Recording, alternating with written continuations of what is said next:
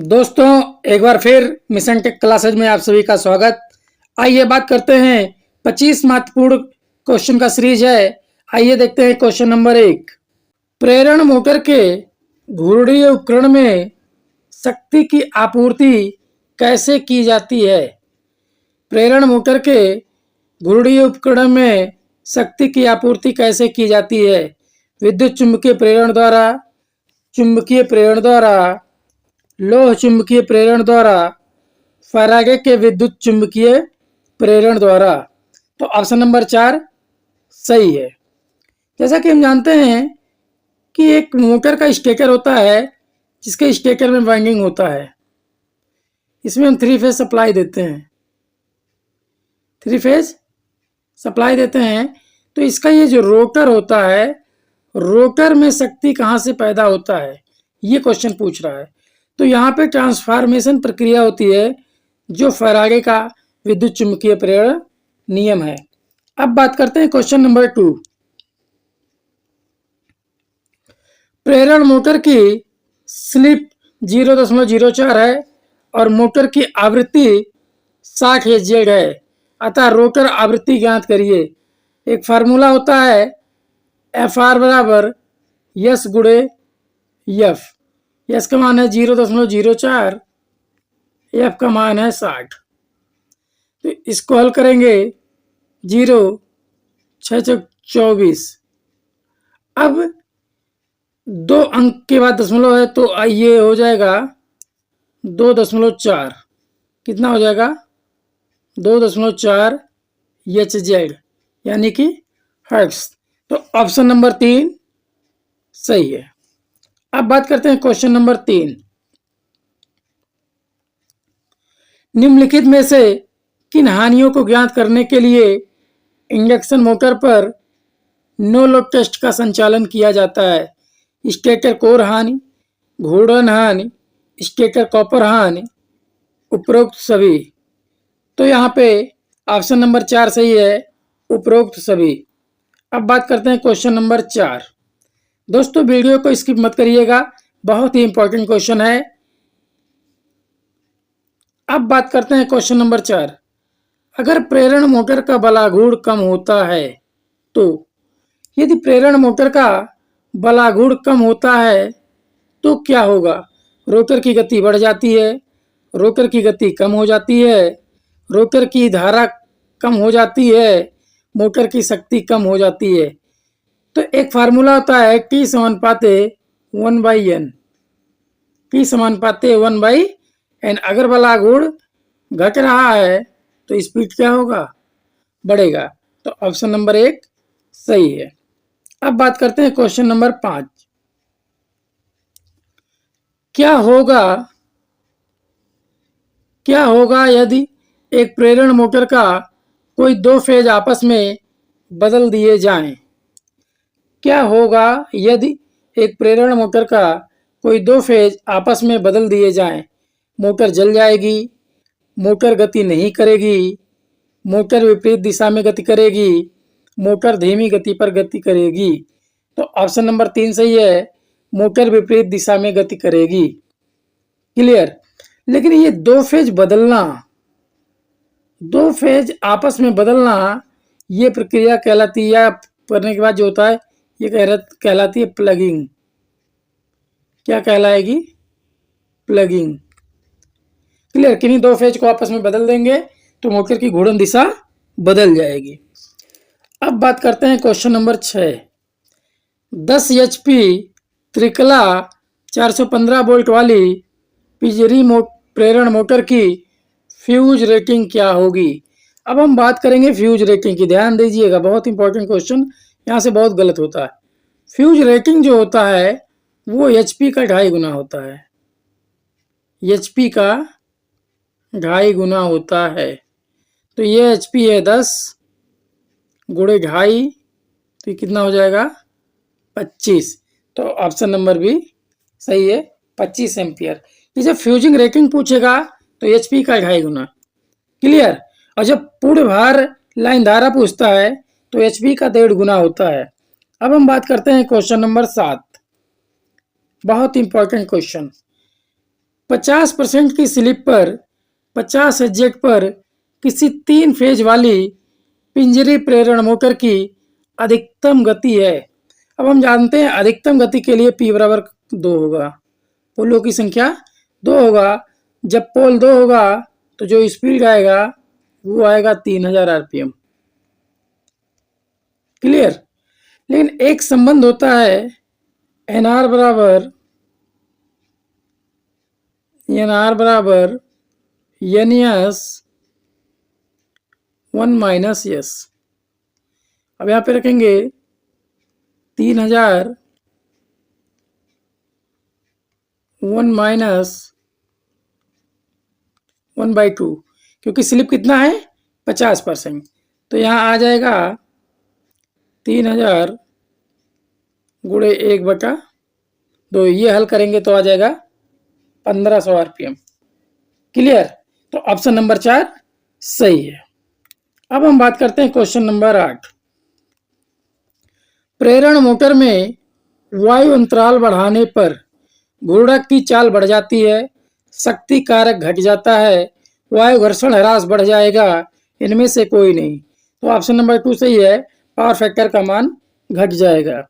अब बात करते हैं क्वेश्चन नंबर 9। संधारित्र आरंभ एकल फेज प्रेरण मोटर में संधारित्र, जो सिंगल फेज मोटर है उसमें संधारित्र लगा होता है, मुख्य वाइंडिंग के साथ श्रेणी में जुड़ा होता है, सहायक वाइंडिंग के साथ श्रेणी में जुड़ा होता है, दोनों वाइंडिंग के साथ श्रेणी में जुड़ा होता है, सहायक वाइंडिंग के साथ समानांतर में जुड़ा होता है। तो यहाँ ऑप्शन नंबर 2 सही है, सहायक वाइंडिंग के श्रेणी क्रम में जुड़ा होता है।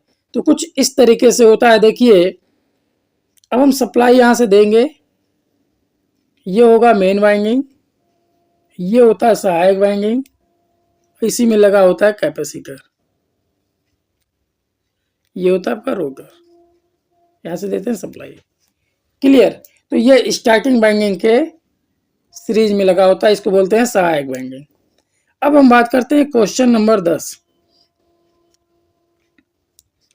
एकल फेज हिस्टेरेसिस मोटर स्वयं प्रारंभी मोटर नहीं होती, एक स्थिर चाल वाली मोटर होती है, इसे डीसी उत्तेजना की आवश्यकता होती है, इसे प्रतिलोम चाल में नहीं चलाया जा सकता, यानी कि रिवर्स स्पीड में नहीं चलाया जा सकता।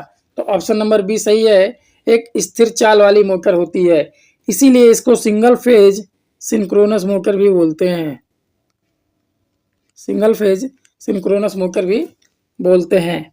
अब हम बात करते हैं question number 11। The sided pole motor is used for, sided pole motor use किया जाता है हाई स्टार्टिंग टार्क के लिए, लो स्टार्टिंग टार्क के लिए, मीडियम स्टार्टिंग टार्क के लिए, वेरी हाई स्टार्टिंग टार्क के लिए। तो ऑप्शन नंबर बी सही है, लो स्टार्टिंग टार्क के लिए साइडेड पोल मोटर यूज किया जाता है और इसका उपयोग सामान्यतः खिलौनों में किया जाता है। अब हम बात करते हैं क्वेश्चन नंबर 12। एक रिलेक्टेंस मोटर स्वयं प्रारंभ होने वाली मोटर है, एक नियत गति की मोटर है, डीसी उत्तेजना की आवश्यकता नहीं होती है, उपरोक्त सभी सही है। तो ऑप्शन नंबर 4 उपरोक्त सभी सही है। अब बात करते हैं क्वेश्चन नंबर 13। निम्न में से किसमें सहायक वाइंडिंग डिस्कनेक्ट करने के लिए अपकेंद्रीय स्विच लगाया जाता है। अब कह रहे हैं कि अपकेंद्रीय स्विच किस में लगाया जाता है, किस प्रकार के मोटर में, capacitor start motor, capacitor run motor, reluctance motor, hysteresis motor. अब जब हमें कैपेसिटर को सहायक वाइंडिंग डिस्कनेक्ट करने के लिए अपकेंद्रीय स्विच कैपेसिटर स्टार्ट मोटर में लगाया जाता है, ऑप्शन नंबर ए सही है। तो कुछ इस तरीके से इसकी संरचना होती, देखिए ये हो गया रनिंग वाइंडिंग, ये हो गया आपका स्टार्टिंग वाइंडिंग, ये हो गया सेंट्रीफ्यूगल स्विच, ये हो गया कैपेसिटर, यहाँ से दे दिए हम सप्लाई, ये है आपका रोटर। क्लियर। तो ये कैपेसिटर है और ये सेंट्रीफ्यूगल स्विच है। तो कैपेसिटर स्टार्ट मोटर में अब केंद्रीय स्विच लगाया जाता है। अब हम बात करते हैं क्वेश्चन नंबर 14। निम्न में किसके द्वारा धारा के प्रवाह को विपरीत करके यूनिवर्सल मोटर के घूर्णन की दिशा को विपरीत किया जा सकता है? आर्मेचर वाइंडिंग, क्षेत्र वाइंडिंग, आर्मेचर वाइंडिंग या क्षेत्र वाइंडिंग, इनमें से कोई नहीं। तो ऑप्शन नंबर 3 सही है। आर्मेचर वाइंडिंग में बहने वाली धारा की दिशा को बदलें या फील्ड वाइंडिंग में बहने वाली धारा की दिशा को बदलें, दोनों में से किसी एक में बदलें तो उसकी घूर्णन दिशा बदल जाएगी। क्लियर? यूनिवर्सल मोटर को डीसी सीरीज मोटर भी बोलते हैं, डीसी सीरीज मोटर भी बोलते हैं। अब हम बात करते हैं क्वेश्चन नंबर 15। यदि अपकेंद्री स्विच मोटर की 70 से 80% तुल्यकालिक चाल पर नहीं खुलता है तो इससे आरंभिक वाइंडिंग को क्षति हो सकती है, अपकेंद्री स्विच को क्षति हो सकती है, धावी यानी कि रनिंग वाइंडिंग पर अतिभार हो सकता है, इनमें से कोई नहीं। हम जानते हैं जो अपकेंद्री स्विच होता है ये आरंभिक वाइंडिंग यानी कि स्टार्टिंग वाइंडिंग या सहायक वाइंडिंग में लगती है। अगर ये नहीं खुलेगा तो यही क्षतिग्रस्त होगी। तो ऑप्शन नंबर 1 सही है। अब हम बात करते हैं क्वेश्चन नंबर 16। ट्रांसमिशन लाइन में किस प्रकार के भूसंपर्कन का उपयोग होता है? प्लेट अर्थिंग, प्लेट भूसंपर्कन, रॉड भूसंपर्कन, स्ट्रिप भूसंपर्कन, प्लेट और स्ट्रिप भूसंपर्कन दोनों। तो ऑप्शन नंबर 3 सही है। स्ट्रिप भूसंपर्कन ट्रांसमिशन लाइन में भूसंपर्कन के लिए यूज किया जाता है। अब हम बात करते हैं क्वेश्चन नंबर 17। केवल प्रकाश बिंदुओं को जोड़ने वाले परिपथ में अधिकतम भार कितना जोड़ा जा सकता है? प्रकाश बिंदु, ध्यान दे देना, ये लाइट की बात कर रहा है। 500 वाट, 750 वाट, 800 वाट, 1000 वाट। तो ऑप्शन नंबर 3 सही है, 800 वाट। अब हम यहाँ देखते हैं आईएसआई के रूल के नियमानुसार लाइट फैन अगर परिपथ बनाना है तो कम से कम 10 पॉइंट, मैक्सिमम 10 पॉइंट या 800 वाट लोड होना चाहिए। लाइट फैन के लिए 10 पॉइंट या 800 वाट, पावर के लिए 2 पॉइंट या 3000 वाट। इंपॉर्टेंट है, ध्यान रखिएगा, एग्जाम में मिल जाएगा। क्लियर? अब हम बात करते हैं क्वेश्चन नंबर 18। SWG का पूरा नाम है synthetic winding guard, simple winding gauge, standard wire gauge, single wire guard. तो ऑप्शन नंबर 3 सही है, स्टैंडर्ड वायर गेज। इसका जो होता है ये जो होता है 0 से 36, 0 से 36। जैसे जैसे नंबर बढ़ेगा, ध्यान दीजिएगा, इसका जो डायमीटर है और नंबर है, नंबर जैसे जैसे बढ़ेगा डायमीटर वैसे वैसे कम होगा। क्लियर? जितना ज़्यादा नंबर होगा उसका व्यास उतना कम होगा। अब हम बात करते हैं क्वेश्चन नंबर 19। जेनर डायोड का इस्तेमाल सदैव किसके साथ किया जाता है? Forward bias, reverse bias, forward या रिवर्स बायस, शून्य बायस। तो ऑप्शन नंबर 2 सही है, रिवर्स बायस के लिए जेनर डायोड हमेशा यूज किया जाता है। अब हम बात करते हैं क्वेश्चन नंबर 20। FET एक नियंत्रक युक्ति है। FET का पूरा नाम फील्ड इफेक्ट ट्रांजिस्टर। धारा कंट्रोल है, प्रतिरोध कंट्रोल है, प्रतिबाधा कंट्रोल है या वोल्टेज कंट्रोल। तो ऑप्शन नंबर 4 सही है, FET जो है वोल्टेज कंट्रोल युक्ति है। अब बात करते हैं क्वेश्चन नंबर 21। अर्ध तरंग दिष्टकारी हाफ वेव रेक्टिफायर की अधिकतम दक्षता कितनी होती है? 0.4067। ऑप्शन नंबर बी सही है, ये याद करना जरूरी है। अब बात करते हैं क्वेश्चन नंबर 22। संचार लाइनों में रेडियो इंटरफ्रेंस का क्या कारण है? इलेक्ट्रोमैग्नेटिक प्रेरण, सूरज की रोशनी, तापमान परिवर्तन, फेरेंटी प्रभाव। तो ऑप्शन नंबर 1 सही है, इलेक्ट्रोमैग्नेटिक प्रेरण। अब हम बात करते हैं क्वेश्चन नंबर 23।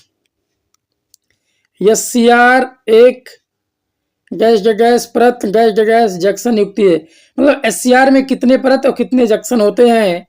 तो ये आपका चार परत 3 जंक्शन होते हैं। कितना? 4 परत 3 जंक्शन होते हैं। SCR में आपका 4 परत 3 जंक्शन होते हैं। क्लियर? अब हम बात करते हैं क्वेश्चन नंबर 24। किसी घूर्णीय आर्मेचर वाले 3 फेज स्टार संयोजित प्रत्यावर्तक में होंगे 2 सर्पी विलय, 3 सर्पी विलय, 4 सर्पी विलय, 6 सर्पी विलय। सर्पी विलय मतलब स्लिप रिंग। अब हम बात करेंगे अगर स्टार में है तो सर्पी विलय की संख्या 4, यदि कनेक्शन डेल्टा में है तो सर्पी विलय की संख्या 3। तो यहाँ पे कनेक्शन है स्टार में, तो इसलिए यहाँ पे ऑप्शन नंबर 3 सही है, 4 स्लिप रिंग। अब हम बात करते हैं question number 25। 3 phase 3 HP 415 volt 50 Hz बिजली प्रेरण मोटर की पूर्ण भार लाइन धारा, ध्यान दीजिएगा, पूर्ण भार लाइन धारा होती है। तो ये जो पूर्ण भार लाइन धारा होगी यह HP का 1.5 गुना होता है। HP का 1.5 गुना होता है। तो ये 3 HP है गुणे 1.5, तो ये ऑप्शन आ जाएगा 4.5 एम्पियर। क्लियर? तो ऑप्शन नंबर 2 सही है। इस तरीके से वीडियो पाने के लिए ज़्यादा से ज़्यादा लाइक करें, शेयर करें, सब्सक्राइब करना ना भूलें। थैंक यू, धन्यवाद।